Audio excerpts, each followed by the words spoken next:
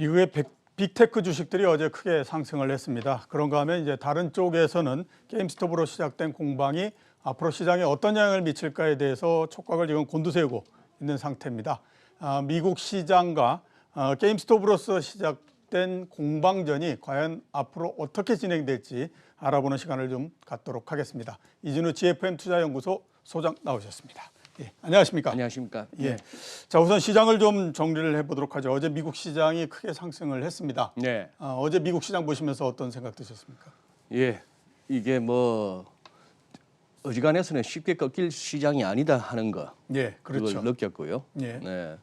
그리고 뭐 이런 비유가 좀 맞을지 모르겠습니다만 이따가도 살펴보겠습니다만 이런저런 어떤 개별 종목의 흐름에 있어서나 전반적인 시장의 흐름이 우리 센터장님도 옛날 대학 때 생각나십니까? 왜 저 뭐 신촌 같은 데서 놀다가 이제 집에 갈 때쯤 되면은 예. 마지막으로 막 사이키 조명 한번 하면서 음악이 그야말로 고막을 찢듯이 예.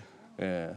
그리고 이제 정상에 오르기 전에 뭐 한 9분응선쯤 오면 정말 가팔라지는 지난번에도 드린 비유입니다만 그런 생각이 드는데 뭐 게임스톱만 하더라도 한 며칠 그런 분석이 있었죠.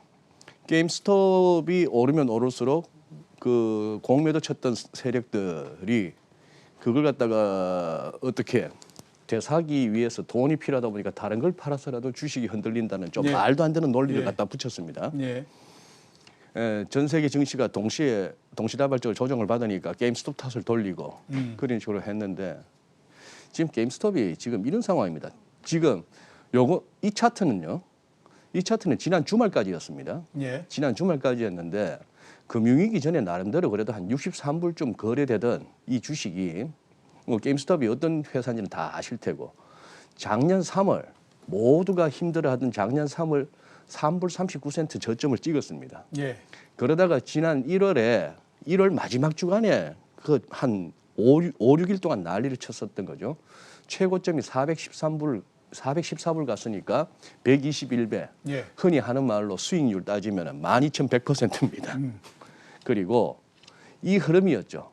1월 22일부터 이제 사실 그렇게 난리가 났었고 27일 날 무려 379불 뭐 이렇게까지 갔다가 28일 날은 481불까지도 갔습니다만 예. 로빈후드에서 막았다는 거 아닙니까? 예, 그렇죠.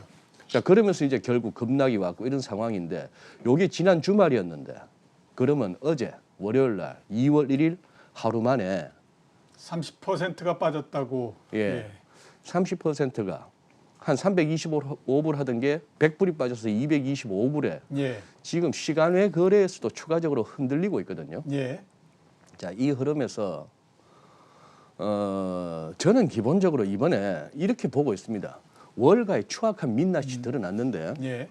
이른바 선진금융기법으로 이렇게 포장되는 그런 것들로 해서 월가의 헤지펀드나 이런 기관 투자자들이 또 로빈후드도 결국 정체가 드러났죠. 뭐 땅 파서 장사하는 것도 아니고 예. 무료로 그냥 이 앱을 통해서 하실 수 있습니다 했습니다. 궁금하잖아요. 쟤들은 뭐로 돈 벌지? 뭐로 이런 서비스를 하지? 그 엄청난 데이터가 결국 헤지펀드나 이런 쪽으로 넘어가는 거죠. 예. 고빈도 거래하는 애들한테 가는 거죠.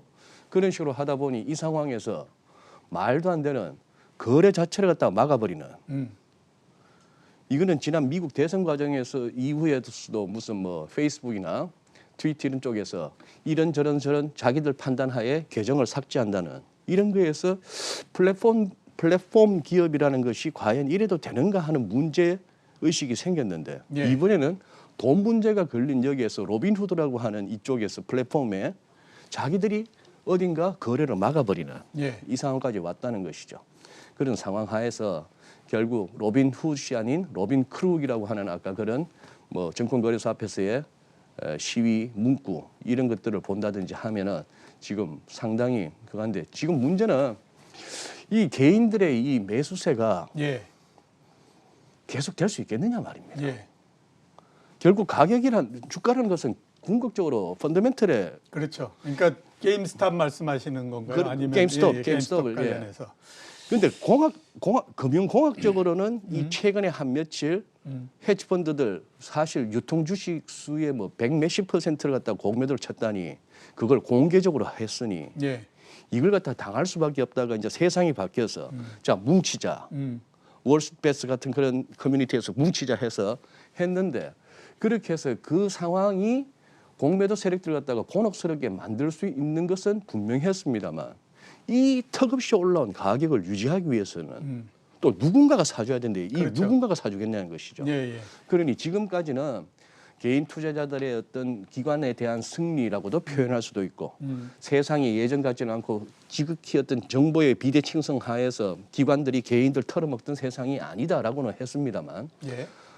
이 게임의 끝이 어떻게 갈지는 아직은 예. 그거 합니다. 공매도 세력도 버티는 네. 것 같아요. 제가 생각하기에는 이런 게임스탑 관련한 공방 네. 이거는 한 번 내지 두 번 정도만 있지 그 다음서부터는 없을 거라고 생각합니다. 왜 그러냐면 지금 이 공방은 양쪽 모두 다가 다 패자가 될 수밖에 그렇죠. 없습니다. 그렇습니다. 그러니까 네. 공매도를 한 사람은 주가가 올라가서 패자가 되고 네. 만약에 그렇게 해서 환매를 했다라고 생각하면요. 17불짜리가 400불까지 올라갔기 때문에 누구도 이 가격이 유지될 수 없다라고 하는 거는 누구나 다 알고 그렇죠. 있습니다. 예. 그러면 어떻게 되느냐? 내가 먼저 주식을 팔아야 되겠다라고 나올 수밖에 없거든요. 네. 근데 뭐 올라갈 때에 들여야 되는 노력에 비해서 떨어질 때에 그 떨어지는 건 훨씬 더 적은 노력을 가지고도 떨어져 버리기 때문에 이게 한 두 번 정도가 반복이 되면 공매도를 방어하겠다라고 하는 세력 입장에서 봤을 때도 이거 나중에 보면 90% 이상은 손실이야라고 생각하게 되면요. 그 다음에는 이런 게임이 벌어질 수가 없는 거거든요. 그래서 제가 봤을 때에는 이거는 한두 번 정도 이해는 이런 그림이 나오지 않을 거다라는 생각이 저는 듭니다. 근데 물론 제 생각이긴 예, 하지만. 저도 공감하고 이번 사태에 있어서 또 하나의 재밌는 현상이 월가 언론들이 일론 이펙트라고. 예, 그렇죠. 일론 이펙트. 그래서 저도 한번 좀 여쭤보고 싶은데 일론 머스크가 계속해서 소환되는 상태입니다. 네. 아마 이제 그 옛날서부터 본인이 이제 이 회사를 운영하는데 자꾸 공매도 때문에 굉장히 어려워서 거기에 대해서 계속 이제 반감을 갖고 있었기 때문에 이 그 소환이 계속되는 것 같은데 거기에 대해서는 지금 어떻게 보고 계십니까? 네. 지금 이제 이번 게임스톱 사태에 있어서 자꾸 이렇게 기사에서 일론 머스크가 테슬라 CEO 일론 머스크가 언급되는 것이 한번 살펴볼 필요가 있는데요. 여기도 좀 뭐랄까 생각할 게 좀 많습니다. 처음에 이거였거든요. 트윗에다가 게임스톤크 이걸 하나 올렸는데 이 스톤크는 스탁의 어떤 소고 아닙니까? 근데 이게 게임스톱이 한참 이슈가 될 때 이걸 올리면서 거기다 월스트베스까지 이렇게 옆에다가 같이 올려주니 결국 그 월스트베스에 있던 개인 투자자들, 개미 군단 입장에서는 야 일론 머스크는 우리 편이야. 또 이런 이 트위트도 의미하는 바가 그거 아니에요. 집을 보유하지 않은 채 집을 어떻게 팔 수 있나? 차가 없는데 어떻게 차를 팔 수 있나? 그런데 갖고 있지도 않는 주식을 판다고 해서 공매도에 대한 어떤 부정적인 인식이죠. 공매도에 그렇게 많이 시달렸던 일론 머스크이지만 제가 봐서는 테슬라는 그리고 일론 머스크는 공매도의 최대 수혜자입니다. 제가 봐서. 최대 수혜자예요. 예, 공매도가 계속 스퀴즈를 당하면서 어마무시한 테슬라 주가를 만들었다고 저는 보는데요. 자, 그런데 이런 현상은 좀 우리 한번 생각해 보시죠.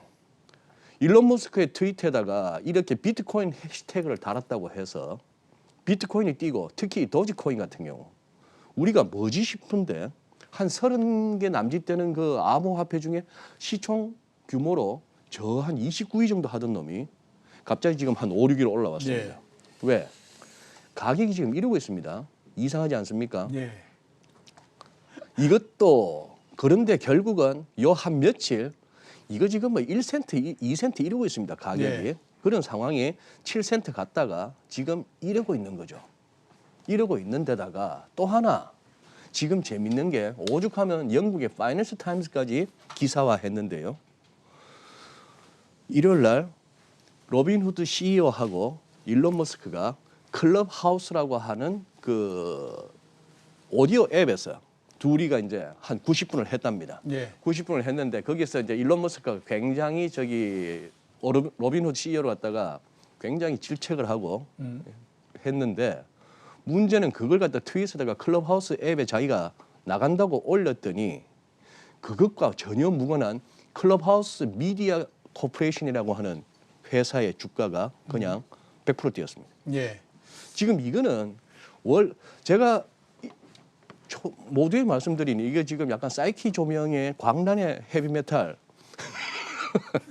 좀 생각해볼 여지가 있는 사건입니다. 예, 글쎄 저도 보면서 다른 것보다도 우려됐던 부분은 2000년도를 저는 계속 네. 그 자리에서 겪으면서 그걸 네. 했지 않습니까? 근데 지금 생각해 보면 이게 참 어리석다라고들 생각하겠지만 그 당시에는 그게 당연한 걸로 생각이 그 당시에는. 됐었거든요.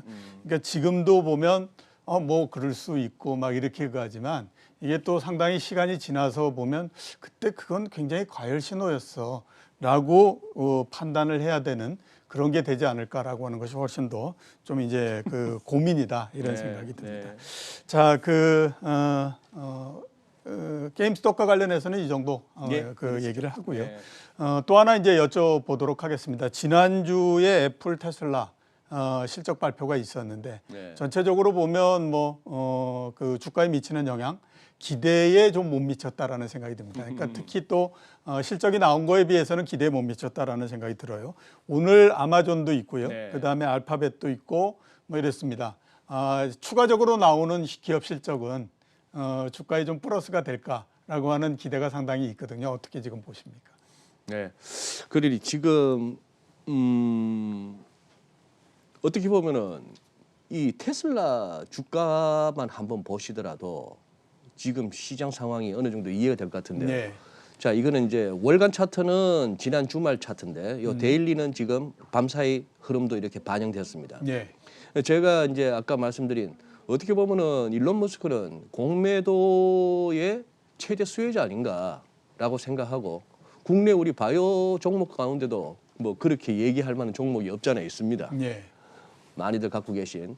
자, 그런 상황에서 이런 식의 기울기와 각도로 올라갈 수 있는 것이 이 테슬라라는 종목을 갖다가 긍정적으로 바라보는 투자자들의 차근 쌓여가는 매수세로 이렇게 올라간다고는 안 보입니다. 예. 이거는 계속해서 공매도 세력들이 스퀴즈 당한 거죠.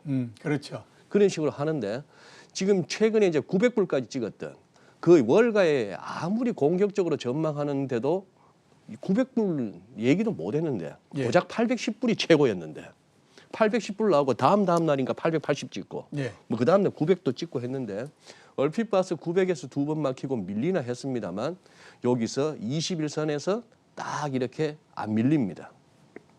이런 상황 지금은 굉장히 추세가 살아있는 거고 빳빳하고 아직도 신규로 들어올 만한 돈들과 세력들이 아직도 남아있는 거니까 아직간해서는 안 밀리는 거죠.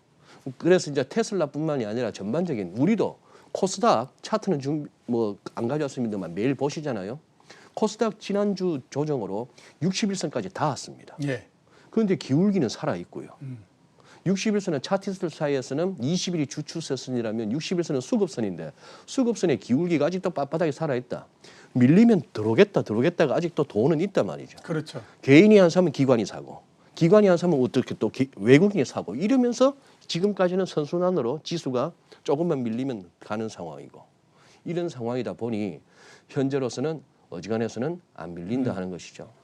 아까 지금 바깥에서 보다가 우리 강성원 연구원께서도 약간은 지금은 어떤 정책 공백에 대한 우려 이런 자막이 나오는 걸 보면서 저도 공감을 했는데 사실 정책 공백 느껴지거든요. 지금 무슨 뭐 재무장관으로 취임한 겁니까 옐런이?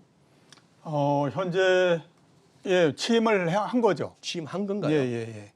저는 요즘 미국 보고 있으면 온통 철조망에 의사당의 백악관에 온통 철조망에 군인이 아직도 있고 거기다가 뭐 혼자 뭐 행정명령 소리밖에 안 들리니 이게 지금 제대로 가는지는 모르겠습니다만 뿐만 아니라 1조 9천억 달러에 달하는 거 뭐 1,400불이 간에만에 하던 거 이게 지금 애초 약속대로라면은 지금 2, 3일 내로 나와줘야 되거든요. 1월 5일 날 조지아주 상원의원 그때 유세 가가지고 한 달 내로 1,400불 수표 집집마다 도착하게끔 해주겠다 했는데 지금 봐서는 강간무소식입니다. 그렇긴 하나 워낙에 지금까지 풀린 돈만 해도 충분하고 그리고 이런 생각 같아요.